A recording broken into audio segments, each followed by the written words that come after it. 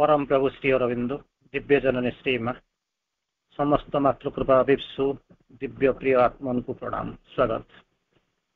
Episode number 221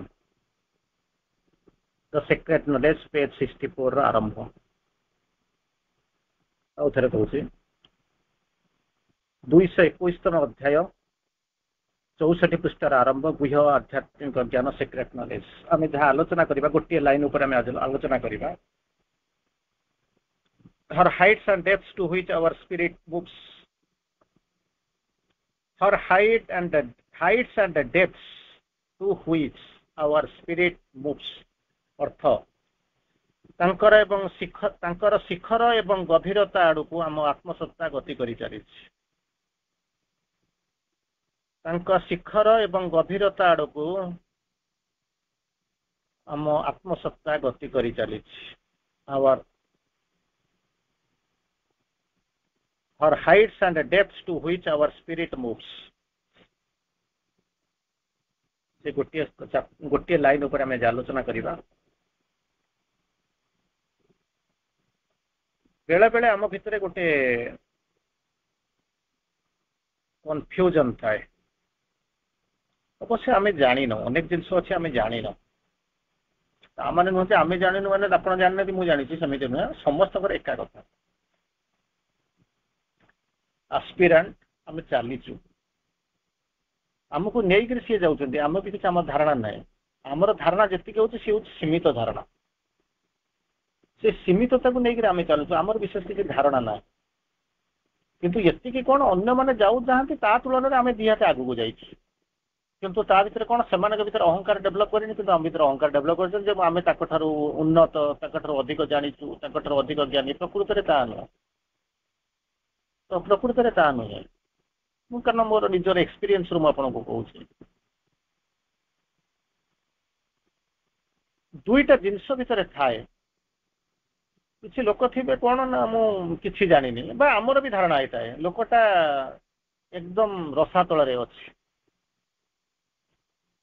से भाया human assumption जे ये लोकटा बोधे शिखर में पहुंची गला एमतीका थाए अन्य मान थाए आम भी थाए बेले बेले आम भावु जे आम ठार बोधे दुनिया कहीं बेसी जानी ना मो कथा मुझे आपण मान कथा कह बेले बेले आमको बोधे निज उपर ईर्षा हुए निज उपर अभिमान आसे एत तले आम केमी रही भावतु एमतीका केबे केबे आसी जब साधनार आप चली एमती आसी गोटे गोटे समय आसिक पहुंचे आज सीना मुझे गोटे भद्रलोक भाया कहीदे जे ये आसे बोलिक ये कौन मोर दिन नाला ना बेसी संपूर्ण चलीगला बोलिक भावुं ये जिन कौन संपूर्ण चलीगला जिनस हूँ कौन जेपक्षी उड़ा जिते दूर जिते गभीर को पशिबे से तार गभीरता भितर कौन अच्छी जानवे जिते ऊर्ध्व को उठे से ऊर्ध्वर कौन अच्छी जानवे जो कहे ना मुझे सरफेस उपर ठिया जहाँ देखा देखा आलोचना जोटा कह हाइट्स एंड डेप्थ्स कथा जो श्री अरविंद लिखिले प्रकृति कथा कहते से आमर आत्मसत्ता अति गति कर चली हाइट्स के तो जाऊँच बोलिक जाऊँच इवोल्यूशन ऊपर को जाऊँच टू द डेप्थ्स बोलिक कहीं लिखिले भावतु श्री अरविंद से अवश्य आप 5 वर्ष है पाखापाखि हम तक आप बस शुणुंट ऑनलाइन में शुणुंट ऑफलाइन में शुणुंट यूट्यूब रे शुणुंट कहीं तलू को जावा कथा कहते श्री अरविंद जमी कही प्रथम कही लेखा हूँ 2 धारिया खंडा हाइट्स को ठीक अच्छे आम जाऊँ कारण अनादि अनंत काल आबहमान काल ये यात्रा चली केते बाटर आम जा पहुँचलु तार ठीक भाव निर्दिष्ट भाव कहींपारे किसी बाट आसी यही जगह ठिया अंततः आज जो जगह ठिया से जगह आप ठिया यापर आगे केते दूर अच्छी अनादि अनंत काल पर्यंत ये यात्रा चलो तार किसी धारणा ना सोलटा जो आसिक पहुंची एक्सपीरियंस नापी आसी एक्सपीरियंस नब मैंने बारंबार आपको से भाया कहि गोटे लोक कह मु हीरो हेबी आउ किसी रोल करेंगे नहीं केमितिका हीरो हेबी ना सब बेले कोट टाई भिडिक जी बुट पिंधिक जी केवे तीरापट्टा पिंधि ना धोती पिंधि ना एक्सपीरियंस ता रही गोटे थालिकिया हीरो हो देवानंद जमी होता से अनेक हीरो होते देखुए गरीब ये कौन कहीं कौन चाकर कौटी राजा होते विभिन्न प्रकार हो हाइट्स जाऊँ डेप्थ ताकू जाऊँ कारण ता तले कौन अच्छे आम जानू आम जो आसीचु गत काली आम यही समय एक्जाक्टली 24 घंटा पूर्व आम ये कौन करूँ आम भर बहुत बोधुए आम मुझे जानी जातस्मर होगी आम के मन रखीचु केते मन रखीचु आम कहीपरू ना केते अन्य मनस्क अच्छे कहीपर अनेक समय लोक को मुझे देखी से बहुत आटेटिवली बस शुणुवे सरीगला प्रश्न पचारे मुझे पचारे ना आप केत बाटे जाइए कौन कहते से नन अफ आवर हेड आमको पठा जाए घंटे कहीदेकी आसू सी शुणिला किए न शुणा ना शुण मैंने सेटा हूँ माँ जहाँ जमी प्रस्तुत कर पठे कि से क्वेश्चन पचार आरंभ करेंगे ଆପଣ ତ ये प्रश्न उत्तर आलोचना ହେଇଛି ନା ମୁଁ ଟିକେ ଶୋଇ ପଡ଼ିଥିଲି ମାନେ ଦେଖନ୍ତୁ ଦେଖନ୍ତୁ ଘଣ୍ଟାଟାଏ 2 ଘଣ୍ଟା ଥିଲା 6ଟା ରୁ 8ଟା କି 6:30 ରୁ 8ଟା ପ୍ରୋଗ୍ରାମ ଥିଲା ସେଇ ସମୟରେ ଆକ୍ଟିଭ ରହିକି ଶୁଣିବା କଥା ସେତିବେଳେ ଶୋଇଲେ ପଚାରିଲେ କେତେବେଳେ ନା ରାତି 10ଟା ବେଳେ ଯେତେବେଳେ ଆମେ ବେଡକୁ ଯିବ ସେତିବେଳେ ଆସିକି ପଚାରିଲେ ତାକୁ ଯଦି ପଚାରିବେ ସେ ବି ଠିକ ଅଛି ନା ଇଏ ହେଉଛି ସାଧନା ଇଏ ବି ଗୋଟେ ପ୍ରକାର ସାଧନା ଆମେ ତାକୁ ଅତି ଅସ୍ୱୀକାର କରିପାରିବା ନାହିଁ ଯେମିତି କହିଲେ ନା work while you work play while you play that is the fundamental होची कोन that is the wisest way that is the wisest way जेतबेले खेलिबा कथा सेतबेले खेलिबो जेतबेले काम करिया कथा सेतबेले काम करिबो जेतबेले पढिबा कथा सेतबेले पाठ पढिबो जेतबेले लिखिबा कथा सेतबेले लिखिबो दैट इज द वाइजेस्ट वे किंतु आमे कोन करूछु ना खेलिला बेले पढुछु पढिला बेले अन्य मनस्क रहउछु टीवी देखिला बेले खाइबा कथा चिंता करूछु ध्यान कला बेले को मार्केटिंग करिया कथा चिंता करूछु माने ठीक है हमर गाडी उल्टा देखाउ से लोक को पचारथिबा आपण माने कोले कोन इ तो आलोचना हिची ना मु सेतबेले सोई पडिली एबे समस्त को सोया बेल अंधार हिसाब लाइट एति बेले क्वेश्चन पचारि तो प्रश्न आसिक पचार जिते हूँ हाइएस्ट माने हाइट्स एंड डेप्थ्स माने डेप्थ माने कौन कहीं आपको कहले आगू जापर पछक जापर अनेक बाट अतिक्रम करके आसले जमी कहली 24 घंटा पूर्व आम कौन आलोचना कर भूली जाइए तेणु आबहमान काल एत जन्म नहीं आम जो जगह पहुंचु तार जब पछक फेर सी पचर आप कहीपर ना से कौन अतिक्रम करमी अतिक्रम करूँ कौन विपद था केमी ओभरकम कर आसीचु केमी कौन आम एति आसिक पहुंचू कहीपर ना आगू को जाऊे ना हाँ 24 घंटा भितर गत काली जो स्टेज थी आज आप से स्टेज ना कारण टू सम एक्सटेंट आप पढ़ुं कौन गोटे कौन करूँ तेणु जब यही जो 24 घंटा आप गत काली ठार आज पर्यंत केते रास्ता जाइए केमी कौन जाइए मे भी 1 मिलीमीटर हो कि 1 किलोमीटर हो केते गोटे जाइए ता भर कौन है ना ता कहीपर कहीं ना आम मन सर्वस्व चिंताधारा नहीं अधिक रोचु इभेन इफ आम क्लेम करुचे आम आध्यात्मिक बोलिकी आत्मार रोचु आत्मार देखुचु सब करूँ किंतु मैक्सिमम हूँ कौन मन प्रवण जदि आप चैतन्यता रही ये सब प्रश्न आसब ना तेणु एटी जो कथा कहले जीवार आवश्यकता कौन ना भूली जाऊँ आगू को ऊपर को मोटियार हूँ कौन अलर्टनेस रहा दरकार श्री अरविंद गोटे मेसेज ये रहा कौन कहले imperfection is not the last word of the nature दुईटा आम झुलुचु गोटे हूँ imperfection गोटे हूँ perfection imperfect perfect Shri Arvind कहते imperfect माने गोटे लोक कहते किसी कौटी होनी गधटाई आउ जने जाऊँ कौन कहते बहुत भल माने सभा सुंदर ये सी आम सब आलोचना कर किंतु श्री अरविंद बुझाती जो imperfection बोलिक जहाँ कहते that is not the last word of the spirit आउरी मध्य तलू को जाइए अनेक अनादि अनंत कल रपट चली इम्परफेक्ट बोलिक लास्ट वर्ड कहे ना कारण ता तलू को आउरी अच्छी अच्छा इम्परफेक्ट आगू को जोटा जाऊँगी परफेक्शन सेटा केमिति कौन है ना perfection is not the last word of the speak word of the spirit है आपड़ कहीं जाइना आपड़ जाए के टू गडविन अस्टिन पहुंच जाइए एवरेस्ट पहुंच जाइए गोटे कौट कांचनजंगा जाए पहुंच जाइए कहीं जाइना आप पहुंच जाऊँ किंतु सेठी गला पर आउ कौन ना जी जाइए पचार तोर एक्सपीरियंस कौन अच्छी सी कहीदेव तो तले जहाँ देखुली ऊपर जी दूर आकाश था ये से आकाश बर तले थी बर शांति थी ये प्रति मुहूर्त कौन हो भय बरंग निवास भल रण क्षेत्र में भय सदा जही हृदय थरे रण क्षेत्र में रही बर से रहा भल कारण प्रति मुहूर्त जीवन टाइम कौन कह कंपन आसूसी किंतु एठी जो रोचे रणक्षेत्र ना रणक्षेत्र में अंत गोटे जगह संघर्ष करते मुझे जानी मो पाखे गोटे अच्छी सहित कथबार्ता कर सूरत देखुली किंतु एठी जो रही क्या मुह भी देखा जाऊना एमती अवस्था तेणु कहते जब इम्परफेक्शन जो तलू को जाऊँगी that is not the last word of the nature विश्व प्रकृतिर शेष कथा नुहे कारण जिते तलू को जाओ तुम तले आकाश अच्छे ऊपर को जाऊँ परफेक्शन बोलिक जहाँ कह मुझे पाईगली परफेक्शन है नाई रे तू जाइचु से बाट तो चेतना एति बाट जाइचु अन्य कहीं हुए तो जाई नथिबा विजयर बाना से बाट पर्यंत जाइए तापर किसी बाट जाइचु किंतु तापर अनेक बाट अच्छी not the last word of the spirit peak climb of the spirit आत्मार शेष कथा नुहे आहरी अनेक बाट अच्छे ଅନେକ ଯୁଗ ଯିବାକୁ ପଡିବ, ଅନେକ ଜନ୍ମ ଯିବାକୁ ପଡିବ, ଅନେକ ବାଟ ଯିବାକୁ ପଡିବ, ଜମା କିଛି ବ୍ୟସ୍ତ ହେବା ଦରକାର ନାହିଁ। ତାରି ମଝିରେ କେବଳ ଝୁଲୁଛୁ। ଦେଖିବା ଆଲୋଚନା ଭିତରକୁ ଯିବା। ଶ୍ରୀ ଅରବିନ୍ଦଙ୍କର କଣ ତା ଭିତରେ ଯୋଉ ଗୋଟିଏ ଜିନିଷ କହିଲେ ସେଇଠିକି ଆମେ ଯାଉଛୁ। କୋଉଠିକି ଯାଉଛୁ? ଫର ହାଇଟ୍ସ ଆଣ୍ଡ ଡେପ୍ଥs, ହାଇଟ୍ ଉଚ୍ଚତା ଶିଖର, ଡେପ୍ଥ ହଉଛି ଗଭୀରତା। ଗଭୀରତା ତାରି ମଧ୍ୟକୁ ଆମେ କଣ କରୁଛୁ ନା ଆମର ଆତ୍ମସତ୍ତା ଗତି କରି ଚାଲିଛି। ଟିକେ ଆଗକୁ ଯିବା, ସେଇ ଗୋଟିଏ ଲାଇନ ଉପରେ ଆମେ ଟିକେ ଆଗକୁ ଯିବା। କଣ କହୁଛନ୍ତି? ପ୍ରକୃତି ଶକ୍ତିଙ୍କର ବିଶ୍ୱଲୀଳା ନାନା ବୈଚିତ୍ର୍ୟରେ ଭରପୁର ହେଇକି ରହିଛି। ଆପଣଙ୍କ ଜୀବନରେ ମଧ୍ୟ ଘଟୁଛି। ପ୍ରତି ମୁହୂର୍ତ୍ତରେ ପ୍ରତି ପ୍ରତିଟି ପଦକ୍ଷେପ ସିଏ ମଧ୍ୟ ହଉଛି ବିଚିତ୍ରମୟ, ବୈଚିତ୍ର୍ୟତାର ଭରା, ବୈଚିତ୍ର୍ୟରେ ଭରା। ତେଣୁ ଏଠି ହଉଛି ବୈଚିତ୍ର୍ୟଟା ଆସିଲ କୋଉଠୁ? ଯୋଉ ବିଚିତ୍ର ବୋଲି ଶବ୍ଦ ଆମେ କୋଉଠୁ ଆସିଲା, ପାଇଲୁ କୋଉଠୁ? ନା ଭଗବାନ ଏଇ ଜିନିଷ ତିଆରି କରିଛନ୍ତି, ଭଗବାନ ସୃଷ୍ଟି କରିଛନ୍ତି, ଭଗବାନ ଆମକୁ କହିଛନ୍ତି, ଭଗବାନ ଦେଖେଇ ଦେଇ ଯାଇଛନ୍ତି। ସେଇ ଜିନିଷଟାକୁ ଆମେ ନେଇକି ଆଗକୁ ଦଉଛୁ, ସେଇ ଶବ୍ଦ ଗୁଡ଼ିଏ ୟୁଜ୍ କରୁଛୁ। ମନେ କରନ୍ତୁ ମ୍ୟାଙ୍ଗୋ, ତାର ଇଂରାଜୀ ଓଡିଆ ଶବ୍ଦଟା କଣ ଅଛି? ଆମ୍ବ ବୋଲିକରି କହୁଛନ୍ତି, କାହିଁକି ପଣସ ବୋଲିକରି କହୁନାହାନ୍ତି? କାହିଁକିନା ସେଇଟାର ଏଇଠି ନା ୟୁନିଭର୍ସାଲି ଆକ୍ସେପ୍ଟେଡ ହେଇଛି ଯେ ମ୍ୟାଙ୍ଗୋର ମାନେ ହଉଛି ଆମ୍ବ। ଯଦି ତାକୁ ବଦଳେଇ ଦେବାକୁ ଚାହିଁବେ, ଅନ୍ୟ ନାଁ ଦେବା ପାଇଁ ଚାହିଁବେ, ତାହେଲେ ହବ। କିନ୍ତୁ ଗୋଟିଏ ଜିନିଷ ଦେଖନ୍ତୁ, ଆମ୍ବ ଗଛର ପତ୍ର ଯୋଉଠି ପଡ଼ିଲେ ବି, ସମୁଦ୍ରରେ ପଡୁ, ଆକାଶରେ ପଡୁ, ମାଟିରେ ପଡିଥାଉ, ପୃଥିବୀରେ ପଡିଥାଉ, ପାହାଡ ଉପରେ ପଡିଥାଉ, ଯୋଉଠି ପଡିଥାଉ, ଆମ୍ବ ଗଛର ବି ତାକୁ କହିବେ, ଅନ୍ୟ କିଛି କହିବେ ନା। ତେଣୁ ଏଇ ଯୋଉ ବୈଚିତ୍ର୍ୟ ଆମ ଜୀବନରେ ଘଟୁଛି, ପ୍ରତିଟି ମୁହୂର୍ତ୍ତରେ ଆମର ପଦକ୍ଷେପରେ ଚାଲିଛି। ପ୍ରତ୍ୟେକ ଆମ ରାସ୍ତା ଭିତରେ ଆମେ ଯାହାକୁ ଭେଟୁଛୁ, ସବୁ ଯାହା କରୁଛୁ, ସବୁ ଗୁଡାକର ହଉଛି କଣ ନା ପ୍ରକୃତି ଦେବୀଙ୍କର ବିଶ୍ୱଲୀଳା। ଏଇ ଯୋଉ ବିଶ୍ୱଲୀଳା ସେ ନାନା ବୈଚିତ୍ର୍ୟରେ ଭରିଛନ୍ତି। ଗୋଟିଏ ପ୍ରକାର ଜୀବନ ହେଇଥିଲେ ଆପଣ ପାରିନଥାନ୍ତେ।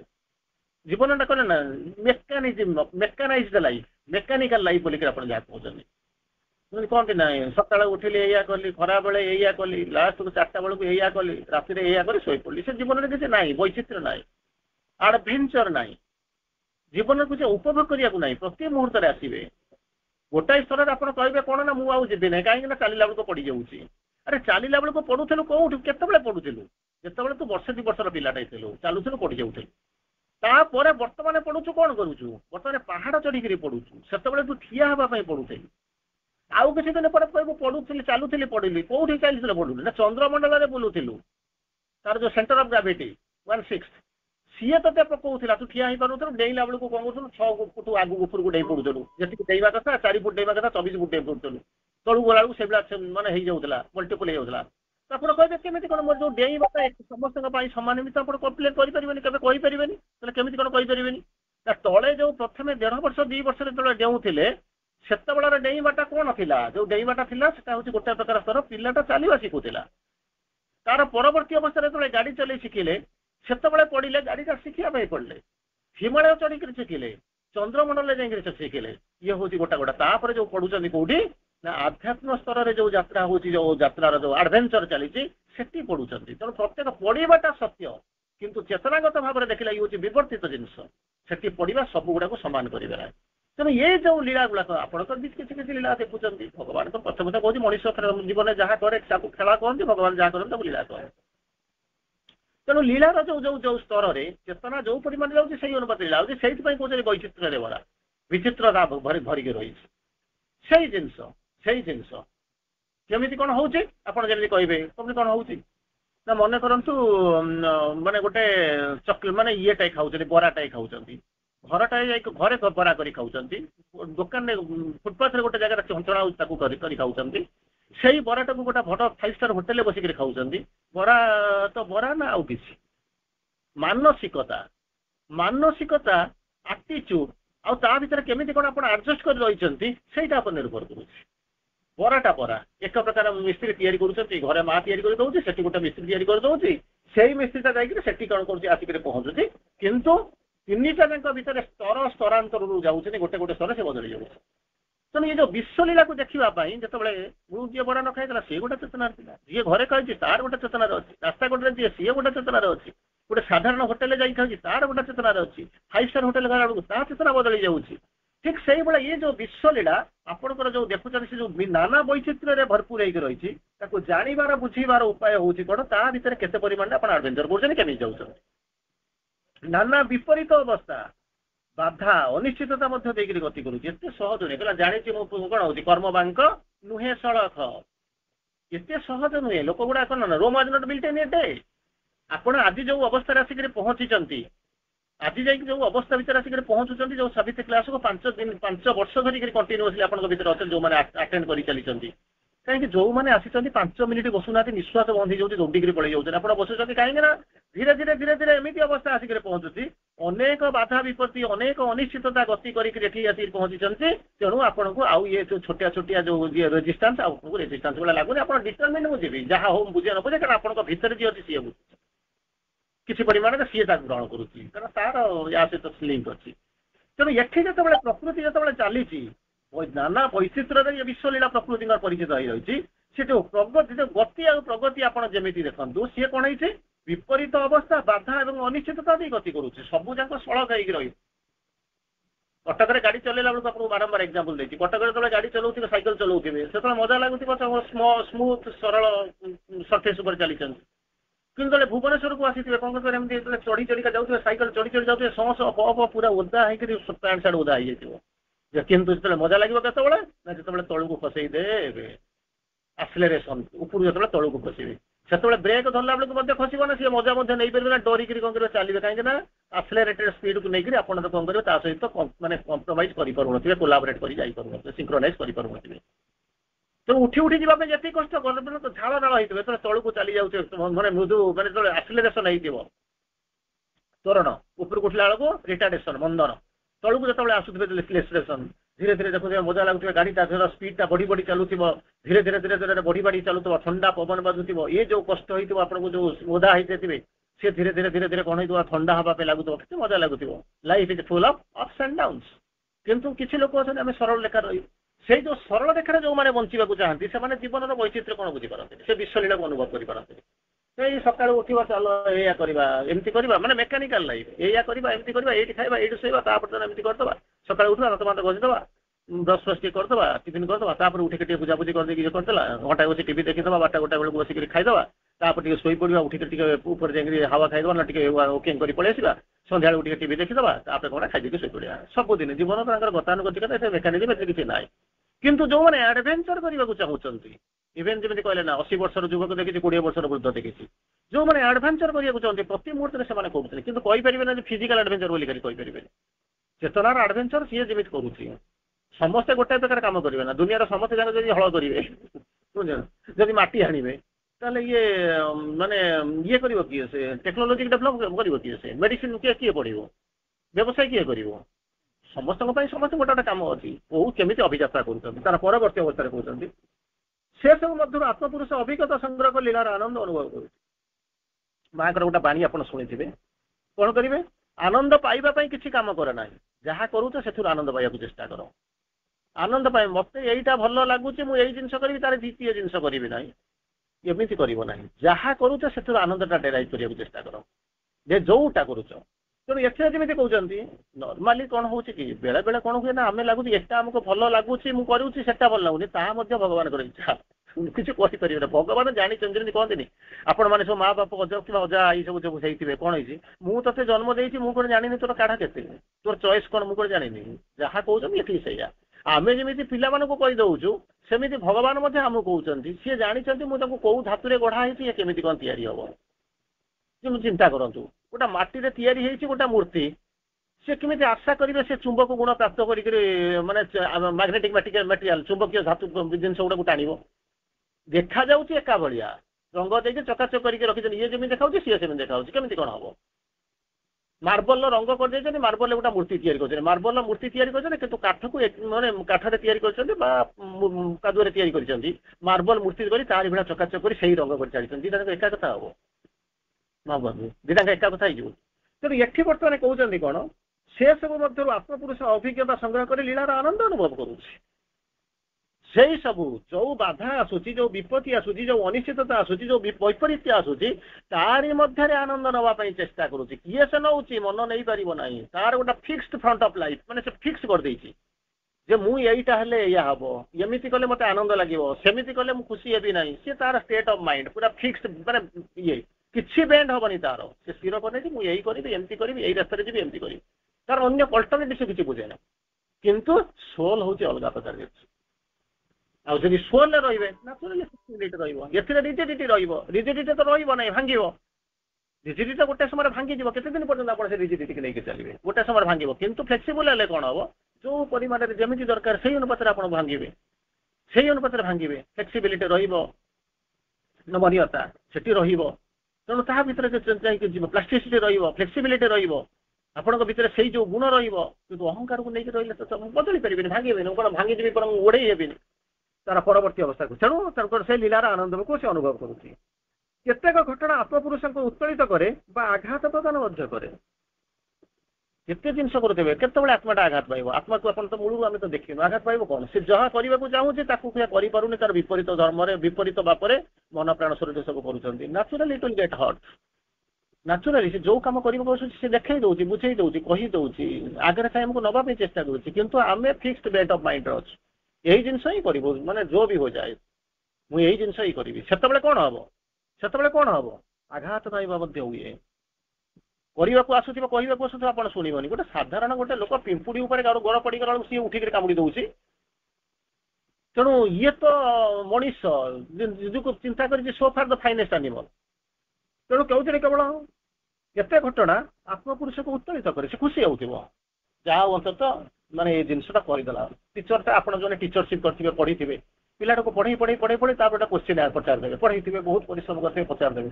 ପିଲାଟା ଯେତେବେଳେ ଆକର୍ଡିଂ ଆପଣ ଆଜ୍ ପର୍ ଏକ୍ସପେକ୍ଟେସନ ଯେମିତି ଆପଣ ଏକ୍ସପେକ୍ଟ କରୁଛନ୍ତି ସେଇ ଟାଇପ୍ର ଗୋଟେ ଆନ୍ସର ଦେଇଦେବ, କେତେ ଖୁସି ହେଇଯିବେ। ଦେଖିଲା ବେଳକୁ ଘୁମେଇବ, ଶୋଇବ, କହିପାରିବନି, ଚଳେଇବ, ଏ କରିବ, ସେ କରିବ, ସେତେବେଳେ କେତେ ଆପଣଙ୍କୁ ଲାଗୁଥିବ ଯେ ପିଲାକୁ ବର୍ଷ ସାରା ଜୀବନ ସାରା ପଢ଼େଇଲେ, ଦେଖିଲା ବେଳକୁ 12 ବର୍ଷ ପଛିି କଲି ସେବା, ଗୁରୁ କହିଲେ କିଛି ଦବା। ତେଣୁ ଏଠି ମଧ୍ୟ କହୁଛନ୍ତି କେମିତି କିଛି ଘଟଣା ଆସେ, ସେ ଯୋଉ ଘଟଣା ଗୁଡାକ ଆମ ବୈଚିତ୍ର୍ୟ ଭିତରେ ଯାଉଥିବ, ବାଧାବିଘ୍ନ, ବିପରୀତ ଅବସ୍ଥା, ଅନିଶ୍ଚିତତା ଭିତରେ ଯାଉଥିବେ, ଅଭିଜ୍ଞତା, କିନ୍ତୁ ତା ଭିତରେ ଅଭିଜ୍ଞତା ସଂଗ୍ରହ କରୁଥିବ। ଯୋଉ ଅଭିଜ୍ଞତା ଗୁଡ଼ିକୁ ସଂଗ୍ରହ କଲା, ସିଏ କହୁଥିବା କେତେକ ଘଟଣା, ଏମିତି କିଛି ଘଟଣା ଘଟିବ ଆତ୍ମପୁରୁଷକୁ ଉତ୍ତୋଳିତ କରିବ, ଇଲେଭେଟ୍ କରିବ, ଖୁସି ହେବେ। ଆଉ କିଛି ଘଟଣା ଥିବ ତାର ଠିକ ଓଲଟା, ଆଘାତ ପ୍ରଦାନ କରିବ, ଯେଉଁଥିରୁ ସେ ଶିକ୍ଷା ଲାଭ କରି ବଢିବ, ଶିକ୍ଷା ଲାଭ କରିବ। ଗୋଟାଏ ଦିନରେ ତ ଆପଣ ଗୋଟେ ଲୋକ ଅନିଶ୍ଚିତ ନମ୍ବର ରଖିନେ, 100 ରଖିନାହିଁ, ଅନେକ ଥର ସେ ଲେଖିଛି, ଅନେକ ଥର ପଢିଛି, ସବୁ ଜିନିଷ କରିଛି। ମୋର ମନେ ପଡୁଛି ଗୋଟେ ସମୟରେ ଜଣେ ସାଂସ୍କ୍ରିଟ ଟିଚର ଆସିକି ଆମର ପହଞ୍ଚିଲେ। ସେ ଜାଣିଲେ ମୋ ବିଷୟରେ ଜାଣିଲେ, ସ୍କୁଲ ଆକୁ ପଢେଇବା, ଷଷ୍ଠ ନାକୁ ପଢେଇବା ପାଇଁ ପିଲାକୁ ମାନେ ଟିଚର ମାନେ ଯିବାକୁ ଭୟ କରନ୍ତି। ସେ ତାଙ୍କର ପ୍ରଥମରୁ ଜାଣିଦେଲେ, ସେ ଆକୁ ଆମ ସାଂସ୍କ୍ରିଟ କ୍ଲାସ ଯେମିତି ହେଲା, ସେ ଆସିକି ପହଞ୍ଚିଲେ, କିଛି କରୁନଥିଲା। ଆମେ ତ ସେତେବେଳେ ସ୍କୁଲରେ, ଆମେ ତ ବାଧ୍ୟ ଛାତ୍ର, ଆମେ ତ କିଛି ମନା କରିପାରିବୁନି। ଆସିକି ପହଞ୍ଚିଲେ କହିଲେ ଗୋଟେ କାମ କରନି, ମୁଁ ଗୋଟେ ସରଳାର୍ଥ ଦଉଛି, ତାକୁ ବସିକି ଲେଖିଲ। ସେ ସରଳାର୍ଥ ଦେଲେ, ମୁଁ ଫଟକି ଲେଖିକି ଦେଖେଇଦେଲି। ସେ ଚାହୁଁଥିଲେ ଯେ ମୁଁ କେମିତି ତାକୁ ଲେଖିକି ଦିଅନ୍ତୁ, ଅନ୍ୟ କଥା ସେ କାହାକୁ ପଚାରୁନଥିଲେ।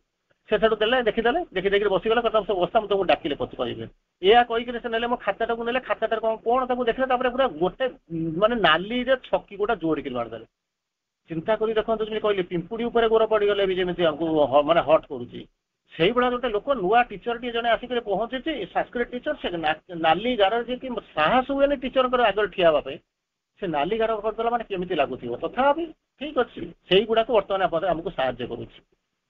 ତାକୁ ଯାଇକି ପଚାରିଲୁ, ସାର୍ ଏ କ'ଣ, ଆପଣ କାହିଁକି ନାଲି ଗାର ମାରିଲେ, ଏଇଟା ଭୁଲ ଲେଖିଛ। ଠିକ ଅଛି, ଠିକ କ'ଣ କୁହନ୍ତୁ।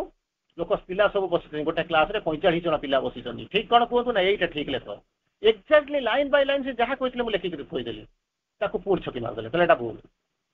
10 ଥର ଛକି ମାରି ସାରିଲା ପରେ ଚିନ୍ତା କରି ଦେଖନ୍ତୁ ଆମକୁ କେମିତି ଲାଗୁଛି। ଛକି ମାରିଲେ ଆଉ କାହାକୁ ପଚାରୁନାହାନ୍ତି। ମୁଁ ଆଜି ଜାଣିପାରୁଛି ସେ କାହିଁକି ସେ ଛକି ମାରୁଥିଲେ, ଅନ୍ୟ କାହାକୁ ଡାକୁନଥିଲେ। କ୍ଲାସର ସେକେଣ୍ଡ ପିଲା, ଥାର୍ଡ ପିଲା, ସେମାନେ ବସୁଥିଲେ, କାହାକୁ ଡାକୁନଥିଲେ। ଛକି ମାନେ ପୁରା ଲାଲିରେ, ଅନ୍ୟ କିଛି ନାହିଁ।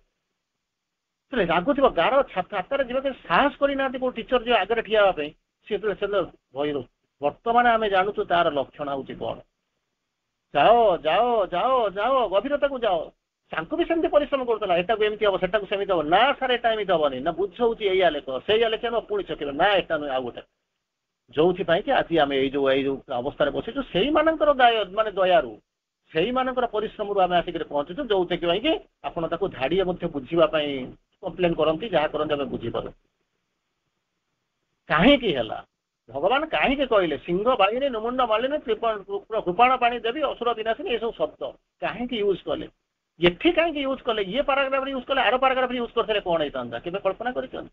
କେହି ଦେଖୁନାହାନ୍ତି। କ'ଣ ଗୋଟେ ମା ଲେଖିଛନ୍ତି, ଦିଧାଡ଼ି ପଢିଦେଲୁ, କହିଦେଲୁ, ସରିଗଲା। ଏଇ ଜିନିଷ ତାଙ୍କର ଆଶୀର୍ବାଦ। ଗଭୀରତା ଭିତରକୁ ଯାଅ, ଗଭୀରତା ଭିତରକୁ ଯାଅ, ସର୍ଫେସରେ ରୁହ ନାହିଁ।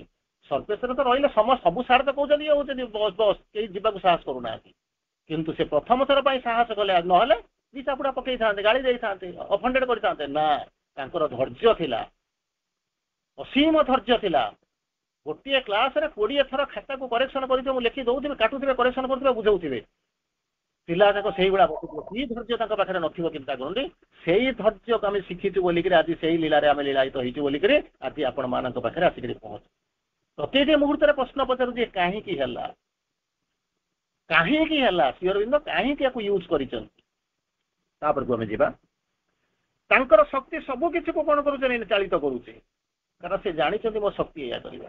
ତାଙ୍କର ଶକ୍ତି ସିଏ ହେଉଛନ୍ତି ଭଗବାନ, କହିଲେ ନା, she is the consciousness and force of the supreme. ମାଙ୍କର ଲେଖାଯାଇଛି consciousness and force of the supreme. ତେଣୁ ଏଠି କହୁଛନ୍ତି ତାଙ୍କର ଶକ୍ତି, ଏ ଯୋଉ ଶକ୍ତି ସିଏ ଶକ୍ତି ନେଇକରି ଆସିନାହାନ୍ତି। ଦୁର୍ଗାଙ୍କୁ ଯେତେବେଳେ କହିଲେ ମତେ ଅସ୍ତ୍ର ଦିଅ, ଦେବତା ମାନେ ଅସ୍ତ୍ର ଦେଲେ। ଆଇଏସ୍ଓ ବାଲା ଆପଣଙ୍କର କୋଉଠି ଚୋରା ଅସ୍ତ୍ରରେ ସେ କିଏ ଚୋରା ବନ୍ଧୁକୁ ନେଇକି ସେ ଯୁଦ୍ଧ କରିବାକୁ ଗଲେ ନାହିଁ, କିମ୍ବା ଏ ଯୋଉ ଅର୍ଡିନାରୀ ଫ୍ୟାକ୍ଟ୍ରିରେ ତିଆରି ହେଇଥିବା ଅସ୍ତ୍ରରେ ଗଲେ ନାହିଁ। କାରଣ ସେ ଜାଣିଲେ ମହାଭାରତ ଯୁଦ୍ଧ କରିବାକୁ ହେଲେ ସାଉଁଟାକାଣ୍ଡ କରିକି ଯିବାକୁ ପଡିବ ନାହିଁ। ଯୁଦ୍ଧ କରିବାକୁ ହେଲେ ଯୁଦ୍ଧର ଅସ୍ତ୍ର ନେଇକି ଯିବାକୁ ପଡିବ। ତେଣୁ ଦେବତା ମାନଙ୍କର ଯୋଉ ଅରିଜିନାଲ ଅସ୍ତ୍ର ତାକୁ ନେଇକି ସେ ଗଲେ ଯୁଦ୍ଧ କରିବାକୁ ଯାଉଥିଲେ। ସେଇ ଶକ୍ତି ନେଇକରି ଆସିଥିଲେ। ସେଇ ଶକ୍ତି ସବୁ କିଛିକୁ ପରିଚାଳିତ କରେ, କେତେବେଳେ ରକ୍ଷା କରେ ତ କେତେବେଳେ ତାଙ୍କ ଯାତ୍ରାରେ ଅନ୍ତରାୟ ସୃଷ୍ଟି କରୁଥିବା ମିଥ୍ୟାକୁ ଧ୍ୱଂସ କରିଦବ। ଅଲ୍ ଦ୍ୟାଟ୍ ଡେଷ୍ଟ୍ରଏଜ୍ ମଷ୍ଟ, କ'ଣ କହିଲେ ନା, ଅଲ୍ ଦ୍ୟାଟ୍ କ'ଣ କହୁଛେ, ଯୋଉଟା ଅଟକଉଛି, ଟର୍ନ ଆଉଟ୍ ଆଣ୍ଡ ସ୍ଲେନ୍। ଏମିତି କିଛି ଜିନିଷ ଅଛି ଆପଣଙ୍କୁ ସାଧନା ପଥରେ କ'ଣ କରୁଛି ନା ଅନ୍ତରାୟ ସୃଷ୍ଟି କରୁଛି, ଟର୍ନ ଆଉଟ୍ ଆଣ୍ଡ ସ୍ଲେନ୍। କେତେବେଳେ କାହାର ସ୍ୱାମୀ ମରିଯିବ, କାହାର ସ୍ତ୍ରୀ ମରିଯିବ, କାହାର ପିଲା ମରିଯିବ, କୋଉଠି କାହାର ଟଙ୍କା ଚୋରି ହେଇଯିବ, କୋଉଠି କାର ଚୋରି ହେଇଯିବ। ଆମେ ଦୁଃଖ କରୁଛେ ହଜିଗଲା, ଛାଡ, ମାଆଙ୍କୁ ଡାକିଲେ ଶୁଣିଲେ ନାହିଁ। କିନ୍ତୁ ଦୁଃଖ କରିବା କଥା ନୁହେଁ, ସୁଖ କରିବା କଥା କ'ଣ ନା, ମତେ ଯୋଉ ରାସ୍ତାରେ ଥିଲା ମୁଁ ସେ ରାସ୍ତାରେ ଯାଉଥିଲି, ମାନେ ଅନ୍ତରାୟ ବାଧା ସୃଷ୍ଟି କରୁଥିଲେ। ସେଇଥିପାଇଁ ଭଗବାନ ପ୍ରଥମେ ଆପଣଙ୍କୁ ସୁବିଧା ଦେଲେ, ଗାଲ କଲେ, ତାପରେ ନହେଲା ତାକୁ ଛଡେଇ ନେଇଗଲେ। କିନ୍ତୁ ଆମେ ହତବାକା ତାକୁ ବୁଝିପାରିଲୁ ନାହିଁ। ମାଆଙ୍କ ଫଟୋକୁ ନେଇକରି ବାଟଚକ୍ର ବନ୍ଦ କରିଦେଇକରି ମାଆଙ୍କ ଫଟୋକୁ ନେଇକରି ନଦୀରେ ବିସର୍ଜନ କରିଦେଲୁ। ତାପରେ କ'ଣ କଲୁ ନା, ମଲୁ। ଆଉ କ'ଣ ଅଛି। ଯିଏ କି ହେଉଛି ଆପଣଙ୍କର ମ୍ୟାନେଜିଂ ଟ୍ରଷ୍ଟି, କ'ଣ ନାହିଁ କ'ଣ ସବୁ ଥିବେ, କେତେ ସଚେତନ ଆତ୍ମା, କେତେ ମାନେ ଉତ୍କଳିତ ଆତ୍ମା, ସେସବୁ ସେ କୋଉଠି ପଡିକରି ମରିଯାଆନ୍ତି ଯେ ତାର ମାନେ କ'ଣ ହଉଛି ଠିକଣା ନାହିଁ। ଯୋଉମାନେ ବି ମାଆଙ୍କୁ ଜାଣିଥିବେ, ତାଙ୍କୁ ଜାଣିଥିବେ, ସେମାନେ ମଧ୍ୟ ଖବର ପାଆନ୍ତି ନା, ଖବର ପାଇଲା ବେଳକୁ ଡେରି ଯାଇଥାଏ। ସେମାନେ ପାଠଚକ୍ର ବି ତାଙ୍କ ପାଇଁ କରିପାରନ୍ତି। 12 ବର୍ଷର ତପସ୍ୟା ଶୁଖୁଆ ଝଡ଼ରେ ଗଲା। ଟର୍ନ ଆଉଟ୍ ଆଣ୍ଡ ସ୍ଲେନ୍, ଚିରି ଫୋପାଡ଼ି ଦିଆଯିବ, ମାରି ଦିଆଯିବ। କ୍ରସ୍ଡ ଆର୍ ଦ ମେନି ଲଙ୍ଗିଙ୍ଗସ୍, ଆମ ଭିତରେ ଅନେକ କାମନା ବାସନା ଅଛି ଯାହାକୁ କ୍ରସ୍ କରି ଦିଆଯିବ। ଯେମିତି ଯୋଉ ଗୋଡି ଉପରେ ଯେମିତି କ୍ରସର ଚଲେଇକି ଯେମିତି ଚୁରି ଦିଆଯାଏ, ସେଇଭଳିଆ ଅନେକ କାମନା ବାସନା ରହିଛି, ତାକୁ ଚୁରି ଦିଆଯିବ। For whose sake we lose the one for whom our lives were made. ଜୀବନଟା ତିଆରି କରାଯାଇଥିଲା, ଦିଆଯାଇଥିଲା ତାଙ୍କରି କାମ କରିବା ପାଇଁ। ସେଠି ଯିଏ ଅନ୍ତରାୟ ସୃଷ୍ଟି କରିବ, ବାଧା ସୃଷ୍ଟି କରିବ, ଚୁରି ଦିଆଯିବ, ଚୂର୍ଣ୍ଣୀଭୂତ କରି ଦିଆଯିବ, ଧ୍ୱଂସ କରି ଦିଆଯିବ। କିଛି ବ୍ୟସ୍ତ ହେବା ଦରକାର ନାହିଁ, ଜମା ଦୁଃଖ କରିବେ ନାହିଁ। ଭଗବାନ ଯାହା ବି କରୁଛନ୍ତି ତା ପଛରେ ମଙ୍ଗଳ ଅଛି। ତାପରେ ପୁନର୍ବାର କହୁଛନ୍ତି, ଆତ୍ମପୁରୁଷଙ୍କ ପାଇଁ ଯାହା ଶ୍ରେୟ ସେ ସବୁର ଅଭିବୃଦ୍ଧି ଘଟାନ୍ତି, ଯାହା ପେୟ ତାକୁ ସେ ଉତ୍ସାହିତ କରନ୍ତି ନାହିଁ। ଯୋଉଟା ଦରକାର, ଯାହାର ଆବଶ୍ୟକତା ଅଛି, କେବଳ ସେଇ ଜିନିଷ ପ୍ରତି ସେ କନସେନ୍ଟ୍ରେଟ କରିବେ। ଅନ୍ୟ ଜିନିଷକୁ ଜମା ଶ୍ରେୟ ଦିଏ ତାକୁ ଚେଷ୍ଟା କରିବେ, ତାକୁ କ'ଣ କରିବେ ନା ଇଲେଭେଟ୍ କରିବା ପାଇଁ ଚେଷ୍ଟା କରିବେ। ଯୋଉଟା ପେୟ ତାକୁ ଜମା ସେ ଉତ୍ସାହିତ କରିବେନି, କାରଣ ଏଟା ଆପଣଙ୍କର ସହାୟତା କରିବନି, ବରଂ କ'ଣ କରିବ, ବିପଦ ଆପଣଙ୍କୁ ମାନେ ତଳକୁ ଟାଣି ନେବ। କେବେ ଦେବେ ନାହିଁ। ଜ୍ୱରଟା ହେଲା ମାନେ ଟଙ୍କ ତୋରାଣି ପିଇବା ପାଇଁ, ଆମ୍ବିଳା ତୋରାଣି ପିଇବା ପାଇଁ ଇଚ୍ଛା ହବ, ସମସ୍ତଙ୍କର ହୁଏ। ଡାକ୍ତର ବି ଜାଣିଛି ତାକୁ ବି ଜ୍ୱର ହେଲେ ସିଏ ହୁଏ, କିନ୍ତୁ ସେ ପାଠକୁ ଜଗିଛି, କେବେ ବି ଦବ ନାହିଁ। ଜଣେଇ ଦିଏ ସିଏ ହେଉଛି ମା, କିନ୍ତୁ ଲେଖିଥିବ ସୁରକ୍ଷା ବଳୟ ଦେଇକି, ପ୍ରୋଟେକ୍ଟିଂ ସର୍କଲ ଭିତରେ ସୁରକ୍ଷା ବଳ ରକ୍ଷା କରିବ। ଯାହା ହଉ, କ'ଣ ଆମେ ପଢିଲେ ତାକୁ ଦେଖିବା। The shakti that manifest all is omnipresent। ସେଠିକି ଯାଇନି, ସେ କେମିତି କ'ଣ ଦେଖିବ? ମୁଁ ଆପଣଙ୍କୁ କହିବି, ଆପଣ ଗୋଟେ କାମ କରନ୍ତୁ ନା, କ'ଣ ନା ମହୀଶୂରରେ ବୃନ୍ଦାବନ ଗାର୍ଡେନର ନହେଲେ ଟିପୁ ସୁଲତାନର ବର୍ଣ୍ଣନା ଦିଅନ୍ତୁ। ଆପଣ ଯାହା କହିବେ ସେ ଯୋଉଠି ଗୁଗୁଲରେ ଲେଖା ହେଇଛି ତାକୁ କହିବେ, ନହେଲେ ମନା କ'ଣ କରିବେ। କିନ୍ତୁ ଯିଏ ଯାଇଛି, ଯିଏ ଦେଖିଛି, ବର୍ତ୍ତମାନ ମହୀଶୂର ବୃନ୍ଦାବନ ଗାର୍ଡେନରେ ଯିଏ ବୁଲି, ସେ ବନ୍ଦ ହେଇଯାଇଥିବ, ରାତି 8ଟା ଭିତରେ ବନ୍ଦ ହେଇଯିବ। ସେଠି ଯିଏ ଫଟୋ ଉଠେଇଛି ଦେଖିଛି, ସିଏ ସିନା ଜାଣୁଛି ଏଇଭଳିଆ ସ୍ପାର୍କଲିଂ ଏମିତି ହଉଛି, ଝରଣାଟା ଏମିତି ବୋଲୁଛି, ଫୁଲଟା ଏମିତି ହଉଛି, ସୁଟିଂଟା ଏମିତି ହଉଛି। ତେଣୁ omnipresent ସେ ସେଠି ଥାଆନ୍ତି। ଯିଏ ଥାଏ ସିଏ ବୁଝେଇଦବ। ଏଠି ସିଏ ହଉଛି କ'ଣ, present at Mysore Brindavan garden or Tipu Sultan, Tipu palace. କିନ୍ତୁ ମା ଯେତେବେଳେ ଯୋଉ ମାନିଫେଷ୍ଟ କରୁଛନ୍ତି, ସିଏ ହଉଛନ୍ତି omnipresent, ସବୁଆଡେ ରହିଛନ୍ତି। The Shakti that manifests all is omnipresent. She extends herself manifold. କିନ୍ତୁ ସେ କାମ କରନ୍ତି ଗୋଟିଏ ପ୍ରକାର ନୁହେଁ। ଏକ୍ସଟେଣ୍ଡ ମାନେ ନିଜକୁ ବିସ୍ତାରିତ କରିଦିଅନ୍ତି, ବିସ୍ତାରିତ କରିଦିଅନ୍ତି, ବିସ୍ତୃତ କରିଦିଅନ୍ତି, ମାନିଫୋଲ୍ଡ, ବିଭିନ୍ନ ଉପାୟରେ। Her being involves the universe from all sides.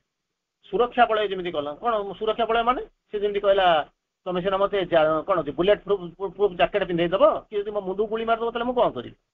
ଇଏ ଠିକ ସେଇଭଳିଆ ଅରାଟା ଯେମିତି ରହିଛି ପୁରା ମୁଣ୍ଡରୁ ଗୋଡ ପର୍ଯ୍ୟନ୍ତ ରଖିଛି, ମାନେ କଣ କହୁଛି ଘୋଡେଇକି ତମକୁ ଏନଭଲପ କରିକି ରଖିଥିବ, ମାନେ ଇଏ କରିଦବ from all sides, vertically, horizontally and in depth, vertically, horizontally ଏବଂ ଗଭୀରତାକୁ ଚାରିଆଡୁ ତିନି ପାଦ ଭୂମି ଯେମିତି ଗୋଟିଏ ସ୍ୱର୍ଗରେ ଗୋଟାଏ ମର୍ତ୍ତ୍ୟରେ ଆଉ ଗୋଟେ ହଉଛି ପାତାଳରେ, ସେମିତି କହୁଛନ୍ତି ଡେପ୍ଥକୁ ମଧ୍ୟ ଯାଇଛନ୍ତି। ହରାଇଜଣ୍ଟାଲି ଯୋଉ ମାନେ ସମତଳ ହେଇକରି ମାଟି ଉପରେ, ଭର୍ଟିକାଲି ଉପରକୁ, ଡେପ୍ଥ ମାନେ ତୃତୀୟ ପାଦ ଯେମିତି କହିଲେ ସେଇଭଳିଆ ତିନିଟା ଡାଇମେନସନରେ।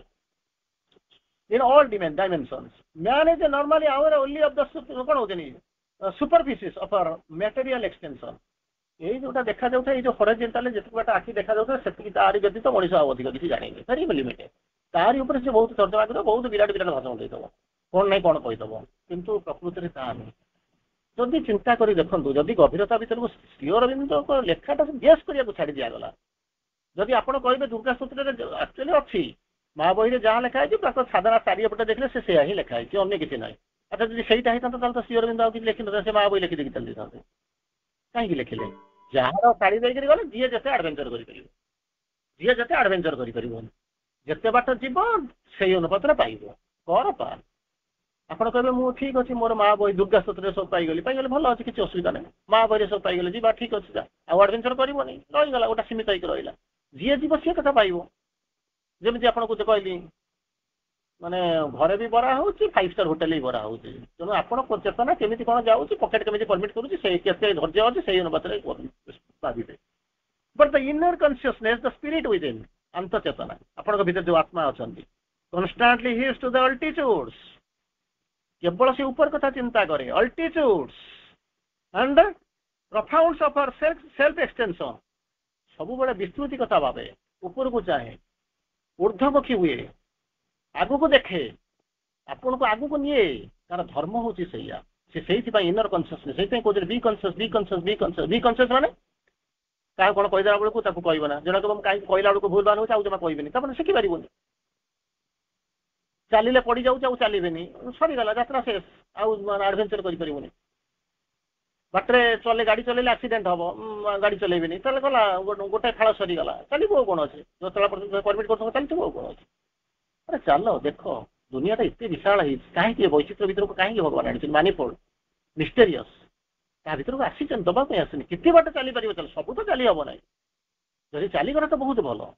ଯତି ବାଟ ଚାଲିଗଲା ପରେ ତାପରେ କଣ କରିବେ, ଆଗ ତା ନେକ୍ସଟ ଟାକୁ ଦେଖିବେ। ଆପଣ କହିବେ ନାଇଁ ମୁଁ ଏଇଟାକୁ ଦେଖିଛି, ଏଇଟା ହଉଛି ଶେଷ, ସବୁଠି ଫିଲ୍ ସାଟିସ୍ଫାଏଡ୍, ନେକ୍ସଟ ଷ୍ଟେପ୍ ହଉଛି କଣ, ସରିଲା, ଆଉ ଉଠି ପାରିବେନି। and it is କଣ ଜାଣି, it is this contact behind the veil, contact behind the veil, କିଏ ସିଏ ରହିଛନ୍ତି, ସିଏ ଦେଖୁଛନ୍ତି, ସିଏ ଗାଇଡ କରୁଛନ୍ତି, ସିଏ ମୁଭ୍ କରୁଛନ୍ତି, ସିଏ ଇଲେଭେଟ୍ କରୁଛନ୍ତି, that the real source of man's higher and nobler କଣ movements। ପଛପଟରେ ଥାଇକି ଏଠି କିଛି ହୁଏ ନାହିଁ, ଏଠି କିଛି ହୁଏ ନାହିଁ, କଣ ହୁଏ, ଯିଏ ସେ ପରଦା ପଛପଟରେ ରହିଛି, ଏ ଯୋଉ ବହିଟାକୁ ଯିଏ ଲେଖିଛି, ବହିରେ ଯାହା ଲେଖା ହେଇଛି ଡାଇଲଗ ସେଇଆ କହିବେ, ଅନ୍ୟ କିଛି କହିପାରିବେନି। ଆପଣ କହିବେ ମୁଁ ଅନେକ ବହିରେ ରୋଲ କରିଛି, ମାନେ କଣ ଯେ ଯାତ୍ରା ଯୋଉମାନେ କରୁଛନ୍ତି, ସିନେମା ଯୋଉମାନେ କରୁଛନ୍ତି, କିନ୍ତୁ ସେଠି ଆମେ ବିରାଟ ବିରାଟ ଡାଇଲଗ କହୁଛୁ, ତାକୁ ଗୋଟେ କପି କରିଦେବୁ, କେମିତି ହବ? ଇଏ ବହି ପାଇଁ ଏଟା, ସେ ବହି ପାଇଁ ସେଟା, ତେଣୁ ଆପଣ ତାକୁ କରିପାରିବେନି। ତେଣୁ ଯାହା ଲେଖା ହେଇଛି, ଯିଏ ଲେଖିଛି ସିଏ ହଉଛି ବିହାଇଣ୍ଡ ଦ ଭେଲ୍, ସେଇ ଗାଇଡ କରିକି ନଉଛି, ସେଇ ପ୍ରମ୍ପଟିଂ କରୁଛି, ସେଇ ଟ୍ରେନିଂ ଦେଇଛି, ସେଇ ଆପଣଙ୍କୁ ନେଇକରି ଯାଉଛନ୍ତି। ତେଣୁ ସିଏ ଯେତେବେଳେ ନେଇକରି ଯାଉଛନ୍ତି, ବୁଝେଇକରି ଯାଉଛନ୍ତି, ଗୋଟାଏ ଜିନିଷ ଜାଣିବା ଦରକାର, ନିଶ୍ଚିତ ଭାବରେ ଆପଣ ନିରାପଦରେ ଯିବେ। କାରଣ ଆମର ଭିଜନ ନାହିଁ, ଆମର ମିଶନ ନାହିଁ, ଆମେ କଣ ପାଇଁ ଜାଣିନୁ, କେବଳ ଗୋଟେ ଜିନିଷ ହାତ ଟେକିଦେଲେ ସିଏ ସବୁ କରିଦେଇ ଚାଲିଯିବେ।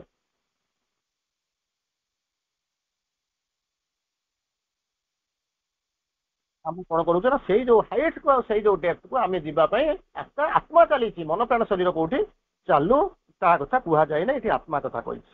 ଧନ୍ୟବାଦ, ଗୁଡ୍ ନାଇଟ୍।